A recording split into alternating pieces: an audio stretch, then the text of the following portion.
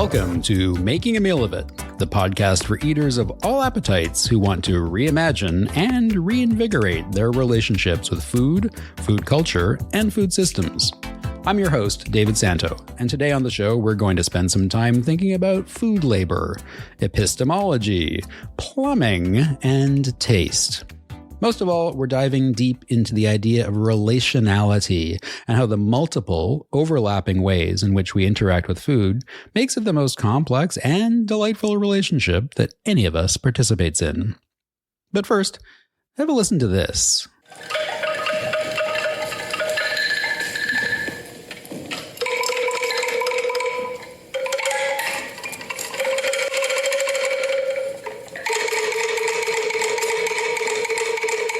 That was the sound of complex relationships, or at least my rather specific interpretation of them. It's actually an angklung that we just heard, an Indonesian percussion instrument. Angklungs range in size, but this one is about 6 feet tall and 8 feet long, with dozens of precisely tuned bamboo tubes hanging from an upright wooden frame, a bit like a giant xylophone or a set of handbells. It belongs to Jess Tsang, a percussionist, researcher, and improviser based in Brooklyn, New York. Jess brought the angklung to Montreal for a food and music performance project we were both working on, and it was just a beautiful instrument to behold and to play. It was actually quite simple to play, but made up of all of these different pieces, as well as thousands of stories and kilometers and relationships and interactions and sounds, of course. It's both simple and complex. Sometimes easy to engage with, sometimes a bit more challenging. In food terms, it's a bit like a banana. What? Yeah, a banana. A yellow fruit that grows in bunches on a tree.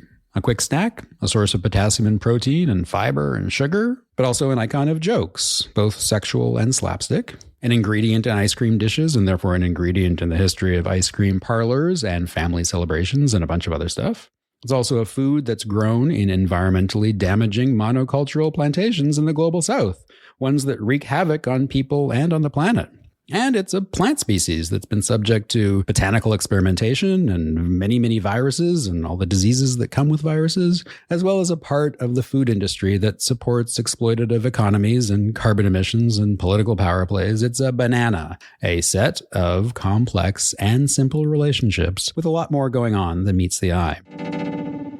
So that's kind of what I want to get at with this podcast. I want us to get closer to what seems obvious in food and food culture and food systems, and then to start seeing and honoring the many relationships behind and within them. Because the thing is, we never just relate to food as plain food. It's many, many things to us. It's our day-to-day nourishment, of course. But by growing and cooking and eating food, we also construct our individual and cultural identities, our social values, our culinary systems.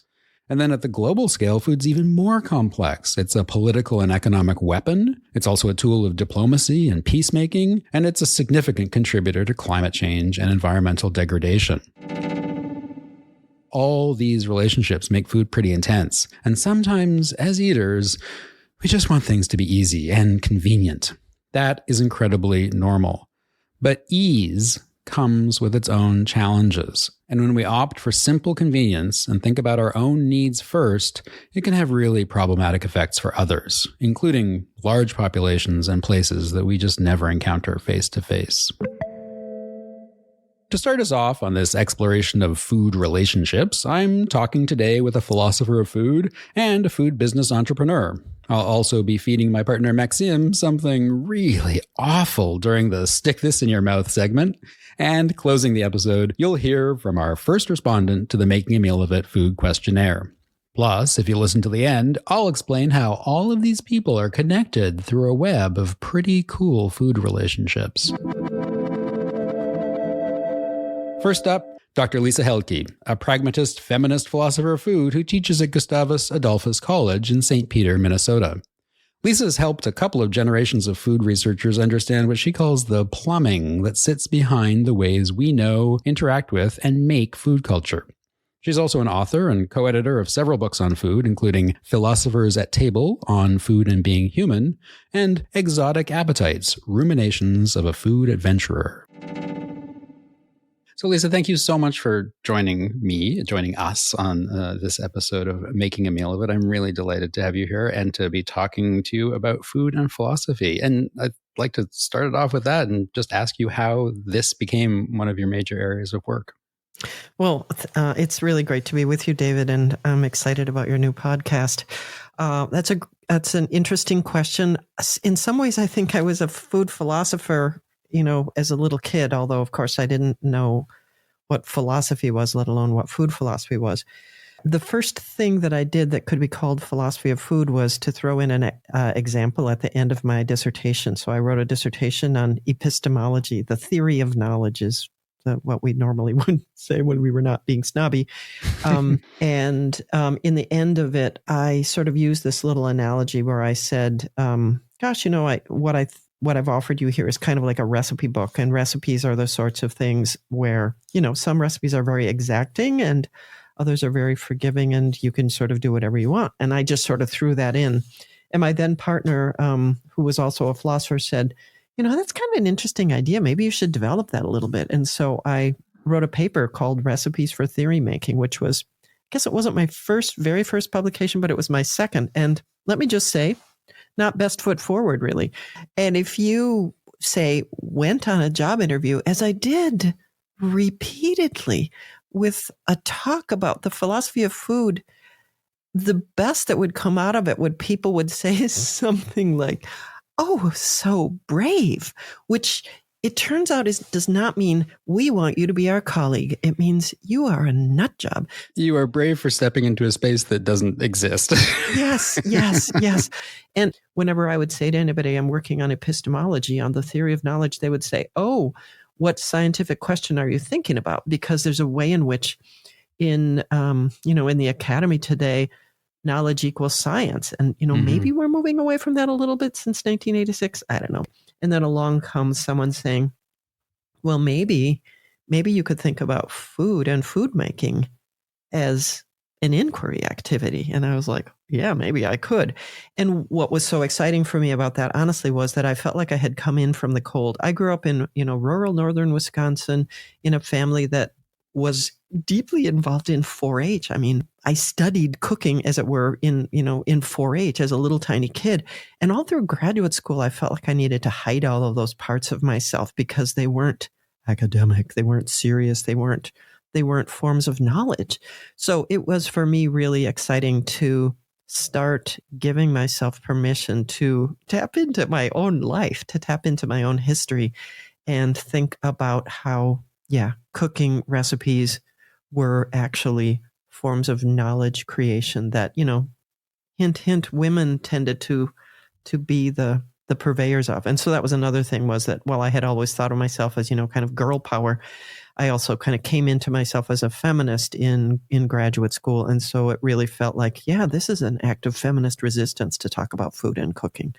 Maybe one that not all feminists were thrilled about, right? Because that was a period of time in which feminists were sort of like, we need to not do that girly stuff because we won't get taken seriously. So there was a certain amount of risk even from the feminist community.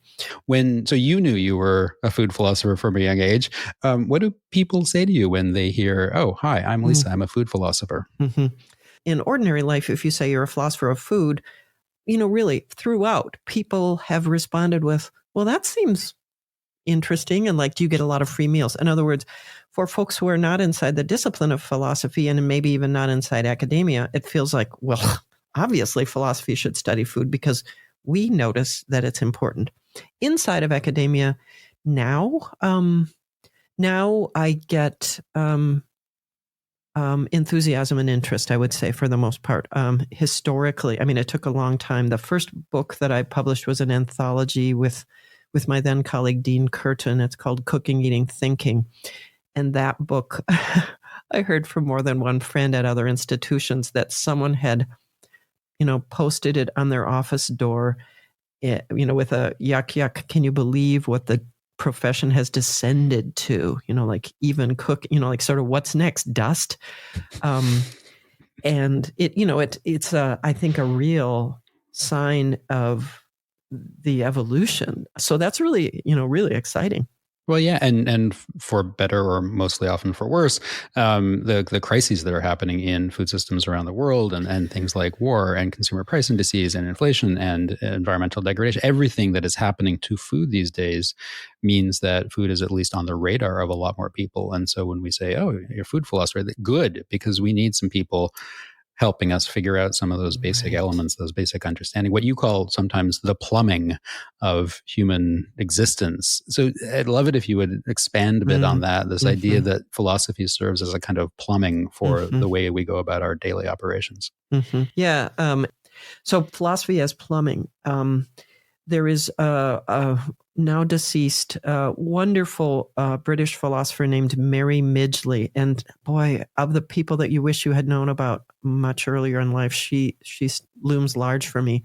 She, came up at the time of World War II and was basically in this cohort of 4 women, and each of them, in one way or another, went on to do really spectacular things as a philosopher. And Mary Midgley, I guess, was sort of the last to flourish. And she wrote something like, I don't know, 20 books after she was 50 years old. I mean, just she had this amazing output. She also lived to be in her mid 90s, and I think must have died with a pen in her hand because, her last book was published, I think, posthumously. Anyway, she's done a variety of work on a variety of things. And one of the things that I love about her is that she's very plain spoken and she uses analogies really effectively. And so years ago, my writing colleague and my friend Ray Boisvert introduced me to this phrase that Mary Midgley uses, and I use it all the time now. And she says that philosophy is like plumbing; it sort of runs along behind the walls of our houses, our lives, and it provides these absolutely essential services. And we pretty much ignore it until it breaks down. And then we do everything in our power to fix it in the least dramatic way. I came home after a summer of being away and looked up at my dining room ceiling and saw water spots. And I thought, oh my God, I'm going to have to tear out the ceiling and, all these things. And then a guy came over and he said, actually, I think you just got a little clog in your shower drain. And if we clean it out, and the sense of relief when you think, oh, I don't have to tear apart my house to fix this absolutely fundamental system. So philosophical systems, the last thing you want to do is say, well, I think I'm going to rethink the subject-object dichotomy because I failed to pick up my bagel this morning, right? Like we do the least invasive thing we can. You clean the hair out of the drain, you put on a new faucet, you replace the washer. But sometimes really fundamental things need to happen. And I'm really interested in thinking about those. So that's why that analogy for me is so powerful. I'm in a school of philosophy that's known as American pragmatism, and we sort of say, let's start with where we are and figure out what are the things that need to be shifted in order for us to, do better in the world, to live better in the world. And so that plumbing analogy really works for me. You said that a lot of your work, and as an American pragmatist philosopher, you start with where you are. And a lot of your writing does start very much with a specific food act. You talk about kneading bread dough. You talk about gardening and farming. You talk about hands in soil, making a pie. And for example, when I'm using your books in my classes or your chapters and articles in my classes, my students really respond to that kind of philosophy because they know it starts from something that they know too, rather than starting from an abstract idea. And so tell me a bit about that kickoff point that you often use in your writing to explain something that maybe is a little complex or complicated, but that becomes more evident, more visible because it is linked to a specific food act. Mm-hmm.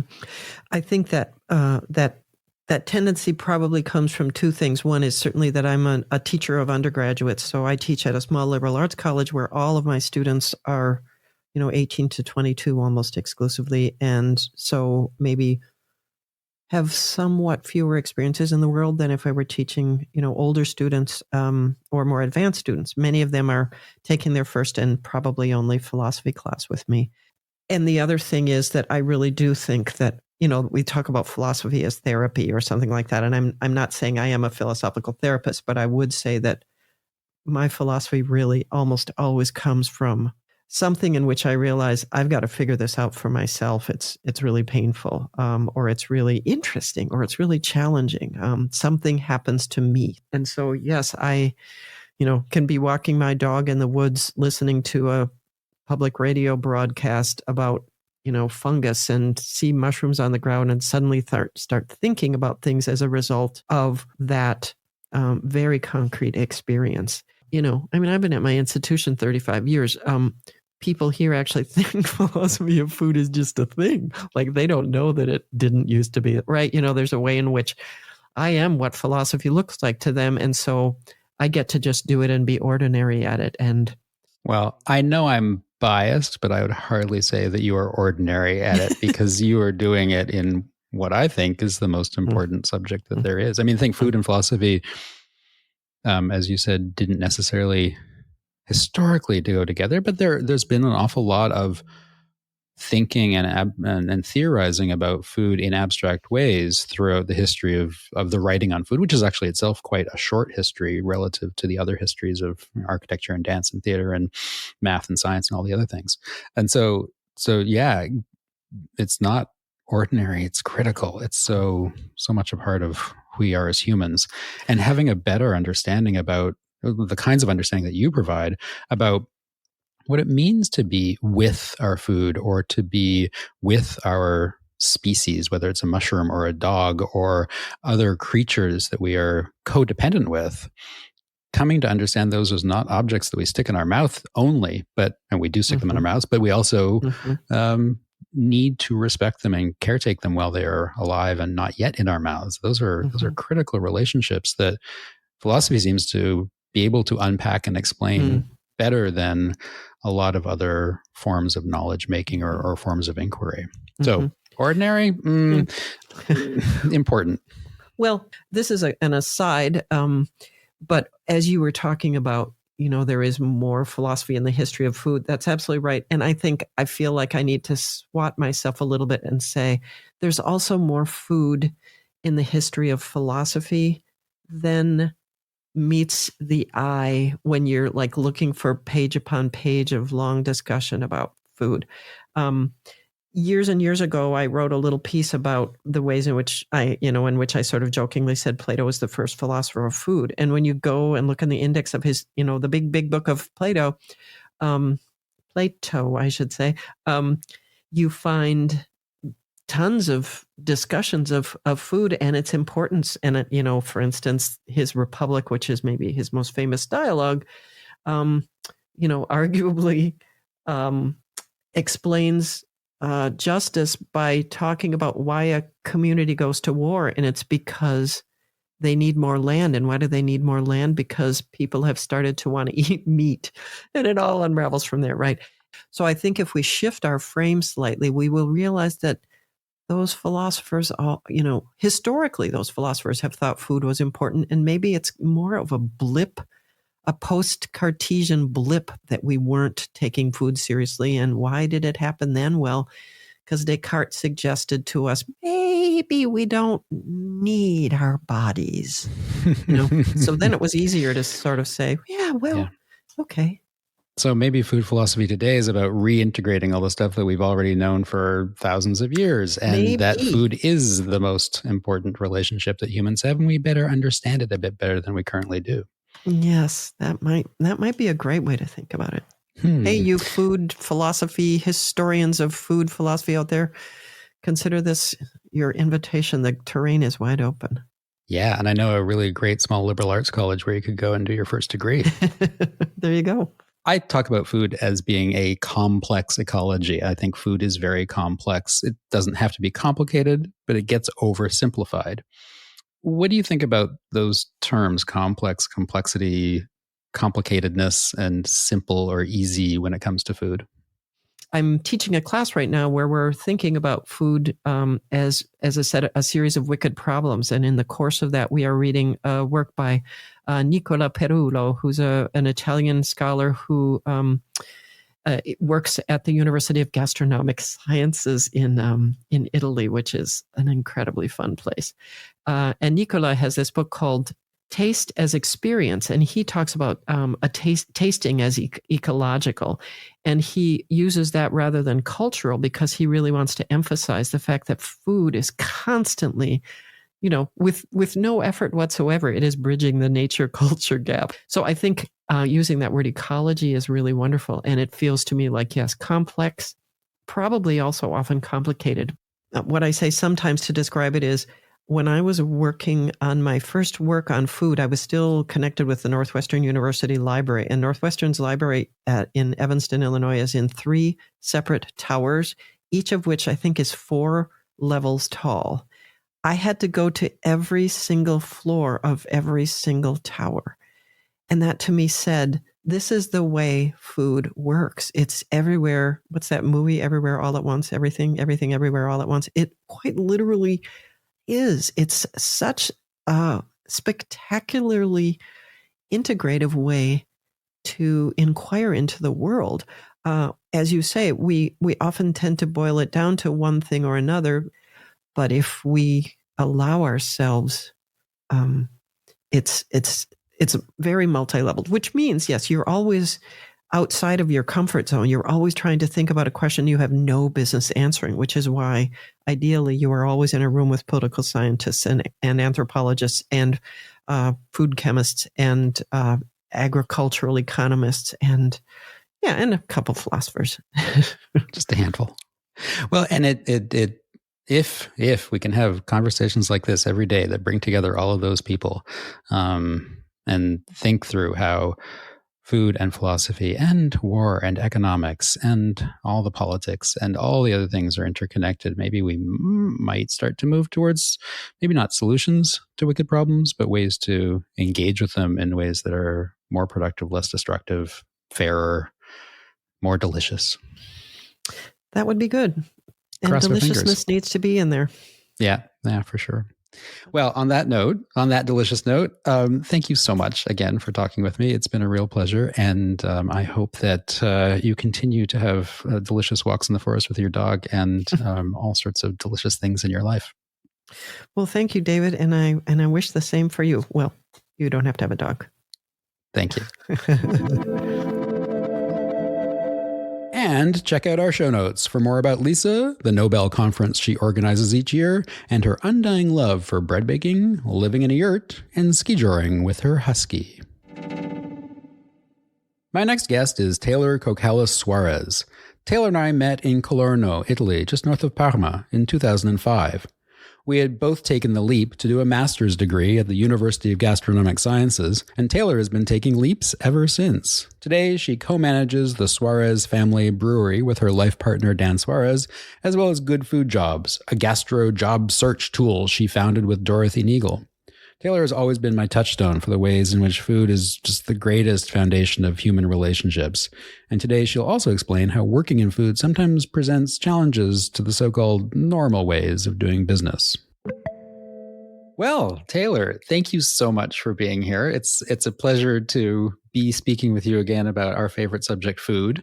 I tend to think of you as like the biggest food professional I know because you have fingers in so many different pies. But tell me a little bit about what food means to you, just in the big picture. Oh, my goodness. You're really starting it off light, right? Sure. Okay, so the thing that I keep coming back to is food is a mode of connection. So how it first manifested when I was a teenager is that I really got into making food.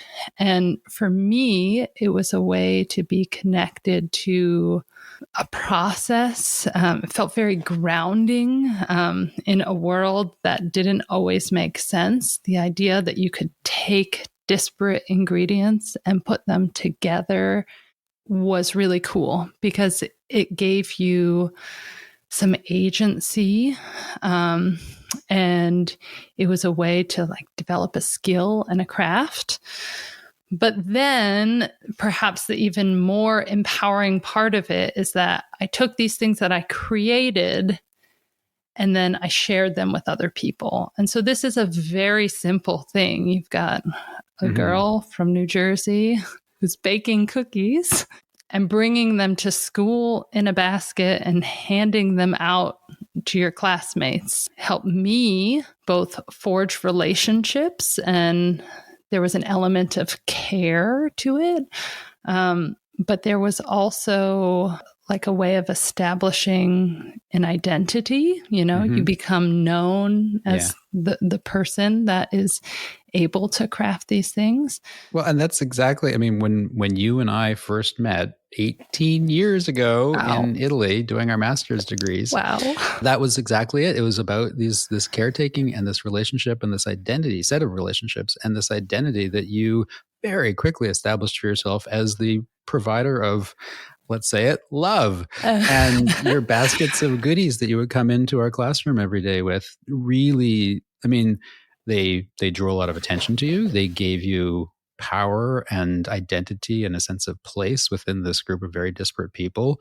And you had some of the most wonderful relationships in my memory with all of our classmates. That's been very kind of you to say. Since then, it's taken on even different points of connection. So not just to people and establishing human relationships, but endeavors in gardening and understanding our connection to land and establishing our connection to, nature and the elements, and understanding how this is all a dance. We are all in relationship with each other. And acknowledging that is really sort of at the root of understanding why food and food systems are both complex and also very, very simple, because it's just about the relationships and being attentive to those relationships. Do you think of, I talk about in this show that the food is complex, but do you think of food as complex? I think about that a lot in terms of food because I work very practically in these two realms right now. So I've got Good Food Jobs, which is this community of people who are looking to do meaningful food work, which I kind of put in the bucket of theory. And then I also started a very small production-based brewery with my significant other, where he and the people with whom we work, it's a small team of just 6.5 of us right now. But that is more the practice side of it. And with the brewery, it's all about creating the simplest beer we possibly can and not necessarily doing things that are new or novel. It's being in relationship with the yeast and kind of doing the dance and understanding what they need to be able to thrive. It's just interesting because I think about the consolidation of our food systems, and we're fed these messages of individualism and sort of this idea of control, like nature is here and we're trying to bend nature to our will or exert our control over other creatures or other human beings. And I think food is just a great example of that because a lot of the industrial food systems are made to disconnect us from the seasons or disconnect us from the mode of production or disconnect us from the way in which we enjoy and appreciate food, like diet culture, for example. Sort of a polishing away of the interesting elements that make food complex in the industrial food system. Yeah. And we look to the root of this, like having gone through the experience of opening the brewery, like I understand why there has been a structural simplification of the processes because we need to remain flexible to be able to do the things we need to do. It's like, okay, Dan or Matt have to go in sometimes on a Sunday to do a diacetyl test. And if the beer is not ready yet, then they need to delay dropping the temperature, and then that might affect the production schedule. And so it becomes harder to schedule workers in. And like, I get the flip side of that. It's like, we're trying to keep everyone on our, that works at the brewery, like on a 4-day work week and always get the same days off so that there's a degree of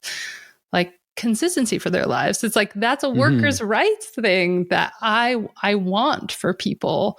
And so how do you manage these two things together. And like the only way we can manage it is by being deliberately slow and deliberately small so that we're not taking on more than we can chew, because it takes a lot of work to manage all of that.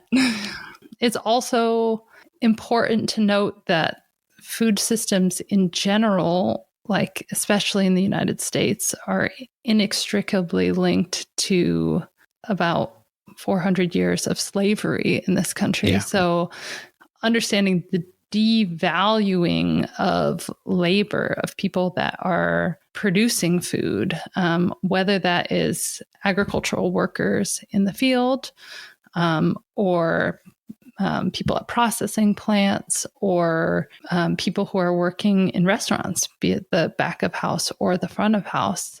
There are so many layers there. So I wanted to just turn a corner for a moment, because you were I love the way you described the brewery as the practice, and Good Food Jobs, the online community and job search website, let's call it. It is a website, but it is also much more than that. And then you describe Good Food Jobs more as the theory. But as you were describing the brewery, you're also getting into a lot of theory. And so I suspect that, both of your endeavors are both very blended in theory and practice. And I think that's one of the things that makes them so worthy and so successful in so many ways, in the value that they're creating for the world of food. Oh my goodness. Okay. So I met you in Italy. We were both doing a year-long master's program at the university that Slow Food founded. So we were getting a master's in food culture. I came back to New York City and got a job doing one of the only things that I was uniquely qualified to do based on my undergraduate and graduate degree. So I studied hospitality management in undergrad. I studied food culture for my master's. And so I was running the education program at a cheese shop in New York City. So we were putting on classes where we were educating people about different types of traditional food, namely like cheese, wine, beer, cured meat, olive oil. And so when I was there, I was getting so many people who were coming to me saying, I also have an interest in food and I also feel really connected to it. And I want to find a way to channel that interest into my life's work in the way that you have, but I just don't know how to do that.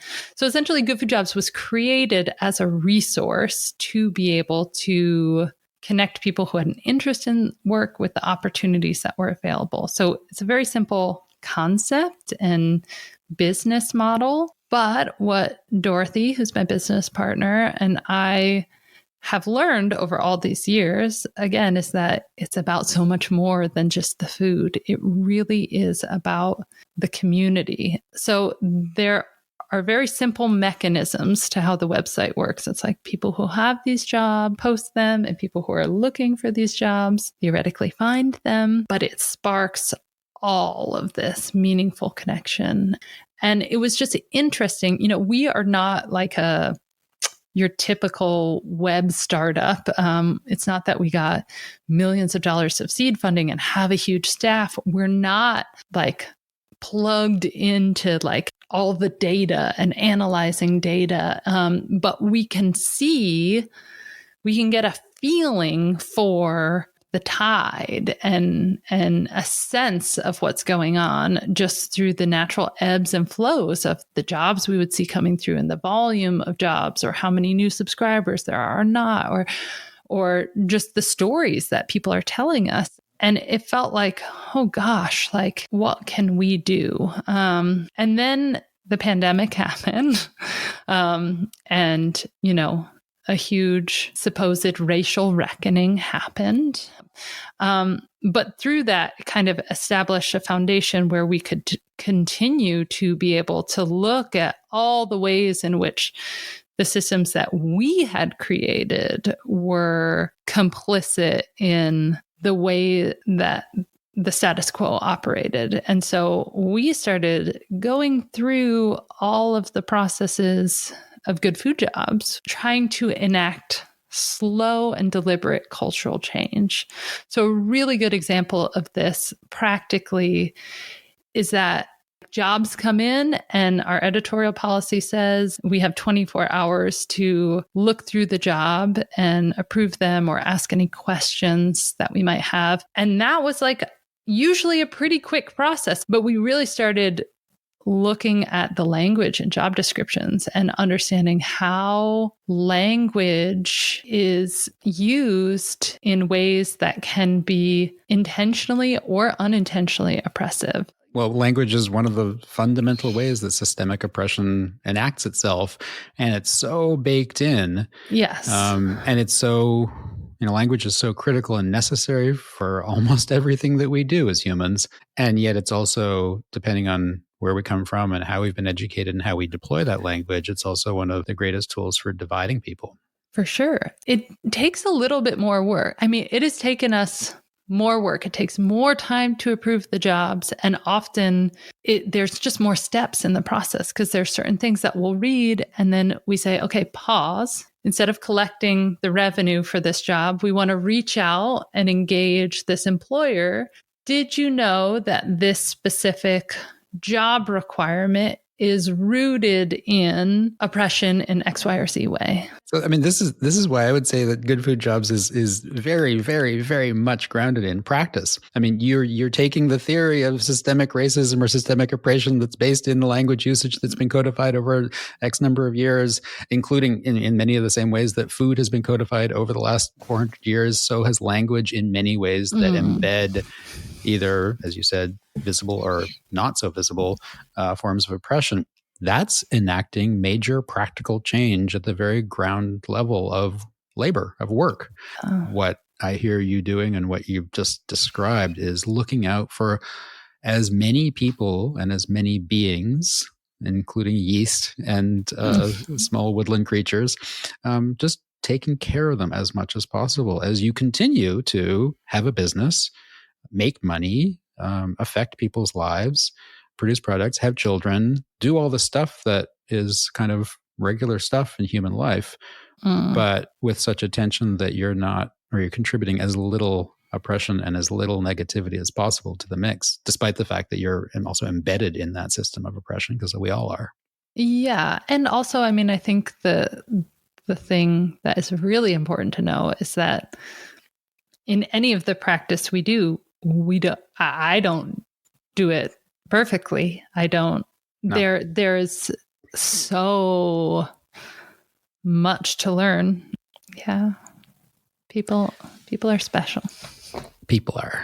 You are special. Thank you so much for being part of this conversation. Thank you for being this conversation. Thank you for all of the relationships you've had with me over the many years and will continue to have, and all the relationships you've introduced me to and helped me understand. I really appreciate it.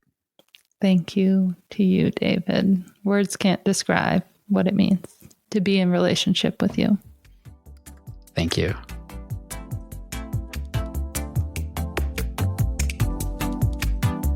For more about the Suarez Family Brewery and Good Food Jobs, check out their websites at suarezfamilybrewery.com and goodfoodjobs.com, and on Instagram under the same handles. So this is the part of the show called Stick This in Your Mouth, where I sit across my dining room table from my partner, Maxime. Bonjour, Maxime, ça va? Bonjour. Thank you for being here.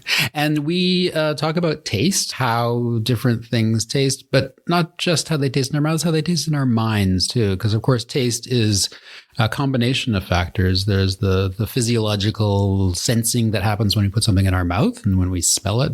But there's also a lot of elements of taste that are related to our history, our education, how we grew up, what we've tasted before. And then also it's related to our future, what our expectations are of a certain food. If we expect it to taste very sour and it's actually very sweet, that's surprising. It may not be pleasant, vice versa. But if something corresponds to our expectations, we often think, oh, that tastes good. And so a lot of how we taste is really about where we've come from and where we're going. And it all crystallizes in this moment when we put something in our mouth. So that's what we're going to try to figure out and talk about and explore, because Maxime, your taste is very similar to mine in food and in art and in culture and a lot of things. And that's also very different.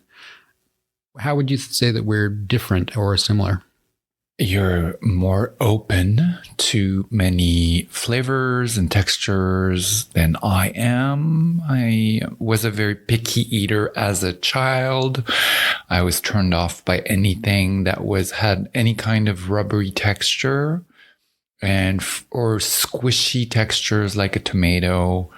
Badly cooked shrimp. I hated mushroom. I couldn't stand them. Bananas.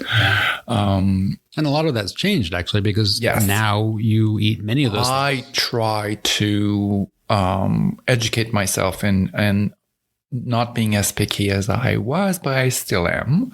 Not a big fan of cheese. Foods like pieuvre, octopus, and that's another one of those sort of rubbery texture things. Yeah. But you grew up in southeastern Quebec in the Beauce region. So I come from Saint-Georges-de-Beauce, the region where we have the best maple syrup. I was very attracted to sweetness as a kid, as most kids are. My dad was actually a fisherman and a hunter, even though you would think as a picky eater, I would also, that would include those types of meat or those fishes. I actually love these two categories. So because they were entered very young into my vocabulary of food. So one of the reasons I'm really excited to have you doing this segment with me is because I know a lot about food and I've got very wide experiences. And as you said, I'm very open to stuff. But you, I think, sense things much more strongly than I do. Your palate, your capacity to smell things is way stronger than mine. You smell things and taste things in the food that I make that I didn't even know I'd put in or didn't recognize when I taste them. Sensing is very much part of your life, as it is mine, but from mine's much more a sort of theoretical form of sensing because I just don't think I have a very sensitive olfactory and palate system. But you do. It's a blessing and a curse. What's a blessing and a curse? Because you do feel things very strongly sometimes. Yes.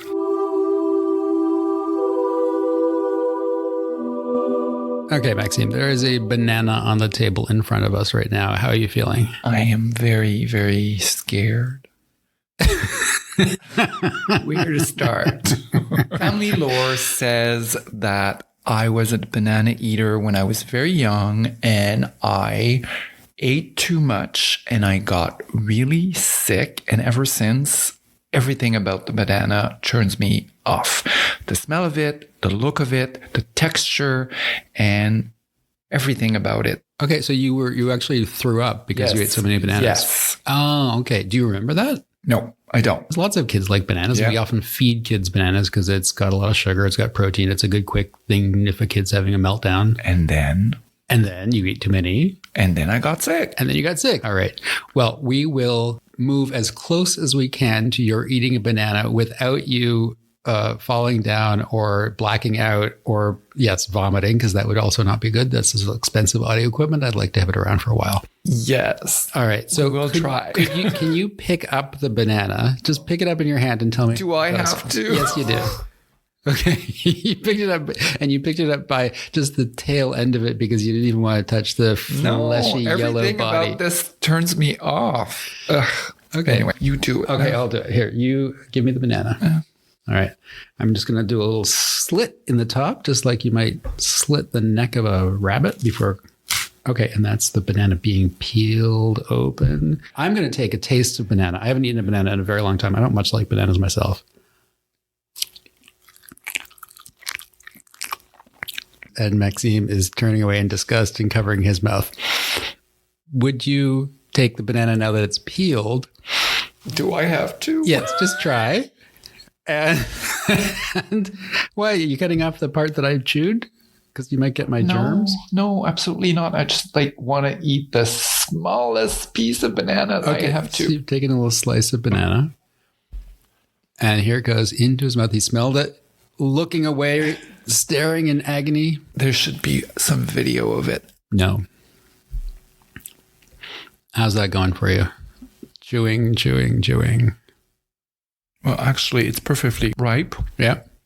So it's not so bad because I probably had bananas that was way too ripe and the mushiness is not there. Okay, so it's not mushy. So it's not as bad as I was expecting it to be, but you survived. Yes, I did. And now you have, as we talked about, one more experience in your life of tasting something that you thought you would always hate. It went down. It didn't come back up yet, anyway. Rock on, Maxime. You have been a wonderful test subject for this, our first segment of Stick This in Your Mouth. Thank you so much for participating. You're welcome. And we'll see you again next week. I'll probably see you again much sooner. If no more bananas, please. No more bananas. We'll move on to something simple like cheese.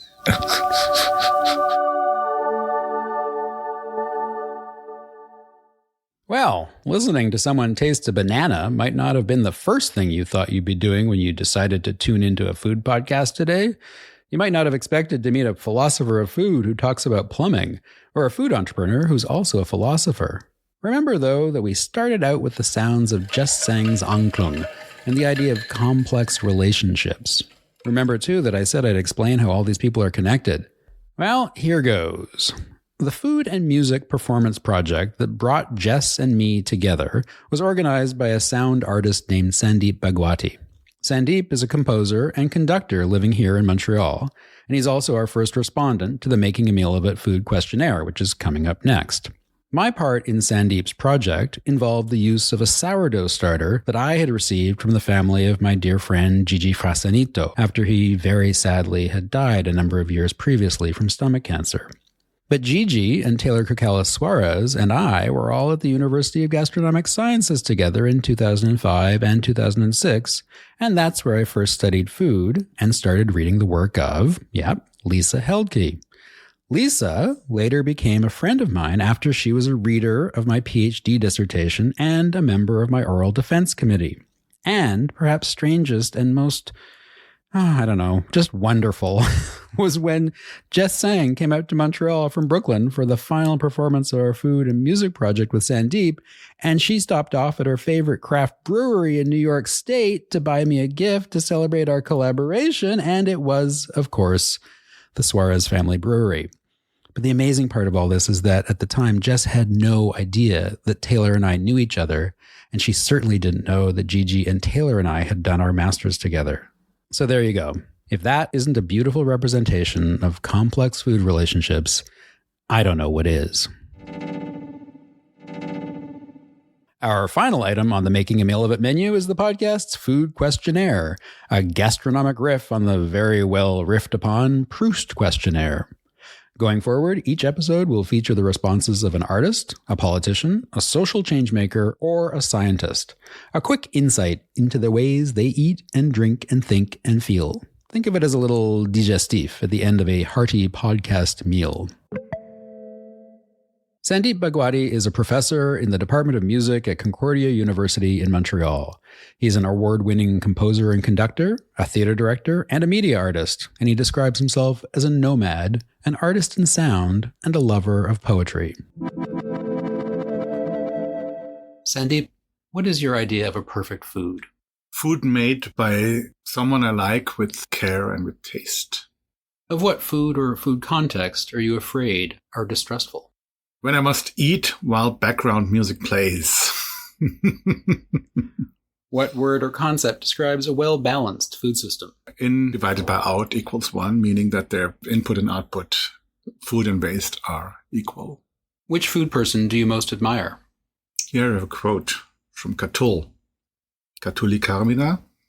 Ille mi par esse deo videtur qui sedens adversus identitem te spectat et audit dulce crustulam misero quod omnis eripit sensus mihi. Translation? To me, this person seems like a god who can face this sweet cake, sit and listen with equanimity while it takes all my breath away. Which food innovation do you try to ignore? Bubble tea. What is your greatest gastronomic extravagance? Eros tea from Mariage Frère, which I order from Paris. For what do you hunger? I hunger for considerate, reasonable, constructive political discourses and actions everywhere. On what occasion do you feign satiety? I don't know. Never. If I'm really hungry, why feign? I'm not hungry. I don't need to feign that.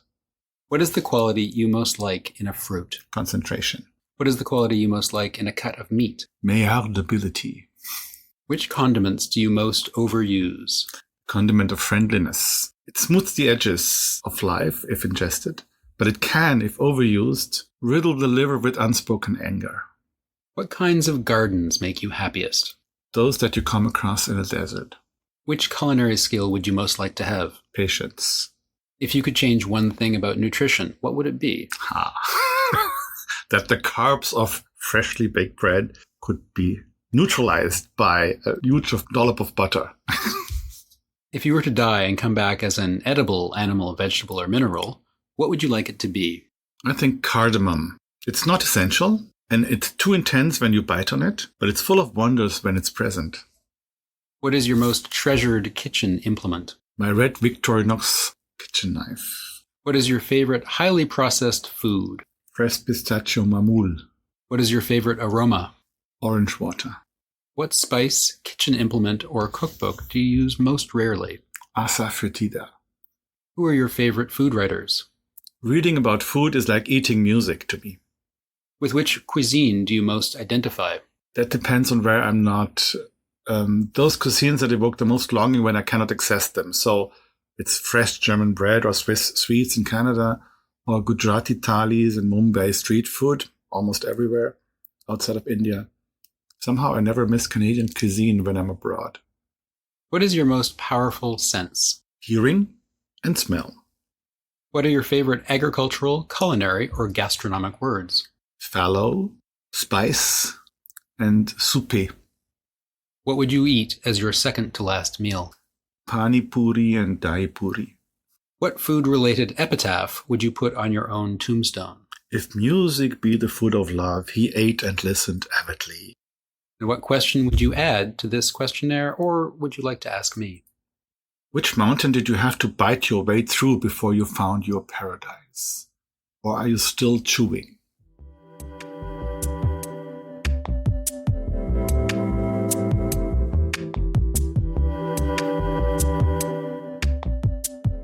So that's it for this episode of Making a Meal of It. Thank you so much to my guests, Lisa Heldke, Taylor Cocalis Suarez, Maxime Giroux, and Sandeep Bhagwati, as well as Jess Sang and her Anklong, and Gigi Frasanito and his sourdough starter. And a big shout out to Ben and Nick at Story Mode, who designed and produced the show's music and sounds. Go to storymode.ca for more. For news and updates about the podcast, check out makingamealofit.com or follow us at Making a Meal Podcast on most social media platforms. For news and updates about the podcast, check out makingamealofit.com or follow us at Making a Meal Podcast on most social media platforms. And of course, you know the drill all too well. Please subscribe, rate, and review us so that others can discover the show wherever you and they listen to podcasts. Next week's episode is all about what goes into selling food and beverages, or at least some of it, including the relationships and networks behind Montreal's Jean Talon public market, and an innovative model for blending design and wine with passion and conviviality. And it's sustainable too, so join us, won't you? In the meantime, as so many have said before, buen provecho, itadakimasu, et bon appétit.